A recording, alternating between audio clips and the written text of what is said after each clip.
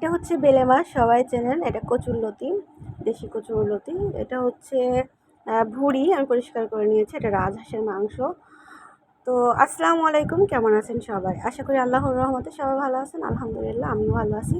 তো গৃহিণীদের জন্য আজকে একটা দুর্দান্ত একটা টিপস, সেটা হচ্ছে 4 ধরনের বলেন, 5 ধরনের বলেন, রান্না একসাথে কীভাবে করবেন টিপস সহ বলে দেবো। তো অবশ্যই ভিডিওটা শেষ পর্যন্ত দেখবেন। ভিডিওটি ভালো লাগলে লাইক, কমেন্ট, শেয়ার আর সাপোর্ট করতে একেবারে ভুলবেন না। তো এখানে চিংড়ি মাছ দিয়ে আমি কচুরলতিটা রান্না করব, আর বিলে মাছটা আমি হাতে মাখিয়ে রান্না করব। তো পুরো সব রান্না দেখতে গেলে আর টিপসটা নিতে গেলে আপনাদের কিন্তু ভিডিওর সাথেই থাকতে হবে। তো চলুন কীভাবে রান্না করি। তো আগে শুরু করি, আমি হচ্ছে বেলে মাছটা শুরু করি। আমি কিন্তু হচ্ছে আজকে স্পেশালি রান্না করছি আমার বান্ধবীর জন্য। আমার একটা মাত্র বান্ধবী, কলিজার বান্ধবী আজকে আসবে, ওকে দাওয়াত দিয়েছি।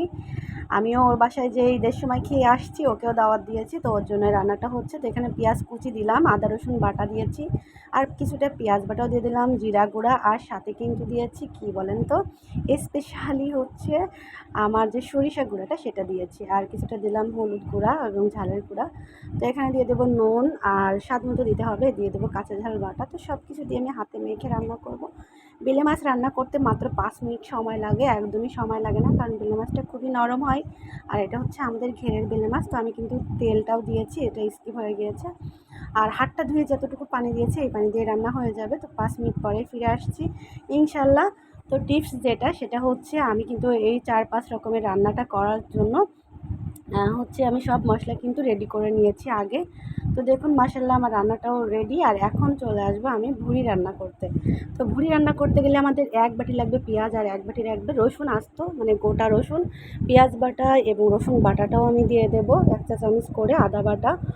আর এখানে দিয়ে দেবো আমি ঝালের গুঁড়া। তো যেরকম আপনারা মরিচের গুঁড়াটা খাবেন সেরকমই দিবেন। আর এখানে দিয়ে দেবো গরম মশলার গুঁড়া, আর হচ্ছে দিয়ে দেবো জিরার গুঁড়া। তো সব কিছু কিন্তু আমি আগেও বলেছি, টিপসটা হলো আমি সব মশলা আগে রেডি করে নিয়ে তারপরে কিন্তু রান্না করতে চলে আসছি। আর সবজিগুলোও কিন্তু আমি আগেই ধুয়ে পরিষ্কার করে একসাথে নিয়ে আসছি। এরকম যদি আপনারা এই টিপসটা ফলো করেন তাহলে দেখবেন ইনশাল্লাহ খুব দ্রুত রান্না হয়ে যাবে।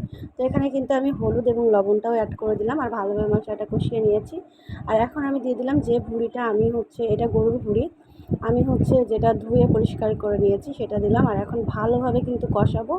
তো আমি আলু দিব, আর আপনারা চাইলে আলুটা স্কিপ করতে পারেন। তো দেখুন মাশাআল্লাহ আমার কিন্তু দারুণভাবে কষানো হয়ে গিয়েছে। আর কষাতে কষাতে ভুঁড়ি থেকে কিন্তু একটু পানি ছেড়ে দেবে, এটা ভয়ের কোনো কারণ নেই।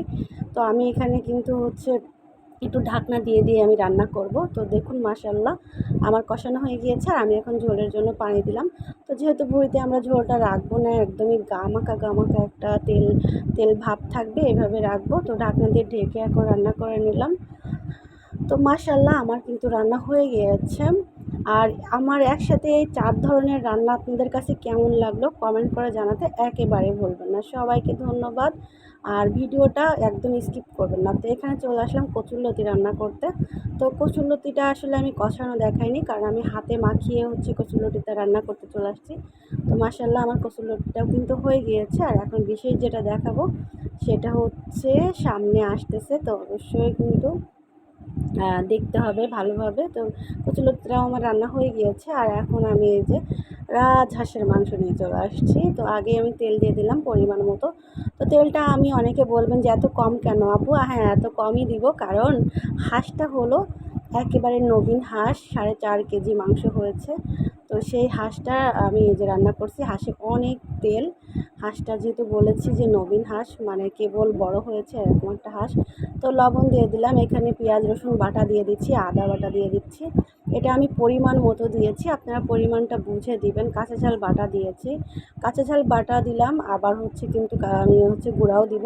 তো এখানে আদা বাটার পরিমাণটা কিন্তু অবশ্যই বেশি করে দিতে হবে, কারণ হাঁসের মাংস থেকে একটা হাঁস গন্ধ বের হয়। তো আদা বাটাটা বেশি পরিমাণে দিলে এই গন্ধটা কিন্তু থাকে না। হলুদ গুঁড়া এবং ঝালের গুঁড়াটাও দিয়ে দিলাম পরিমাণ মতো। তো আমার ভিডিও কেমন লেগেছে আপনাদের কাছে অবশ্যই জানাবেন। দিয়ে দিলাম গরম মশলার গুঁড়া, জিরার গুঁড়া। আর এই সব কিছু দিয়ে আমি এখন মাংসটা ভালোভাবে কষাবো। আর আমি যে অল্প তেল দিয়েছি এই তেলেই কিন্তু কষানো হয়ে যাবে। তো মাংস থেকে আমার কিন্তু বেশ পানি ছেড়েছে, তার কারণ ছিল মাংসটা হচ্ছে খুবই জালি, আর হাঁসটা হচ্ছে খুবই জালি হাঁস, এর জন্য। আমি কিন্তু একদমই পানি দেইনি। আর পানির থেকে আপনারা দেখতে পাচ্ছেন যে কতটা তেল বের হয়েছে। এই তেলটা বের হওয়ার কারণেই আমি কিন্তু তেলটা কম দিয়েছি, কারণ এরকম তেল বের হবে এটা আমি জানতাম, আমি আগেও রান্না করেছি।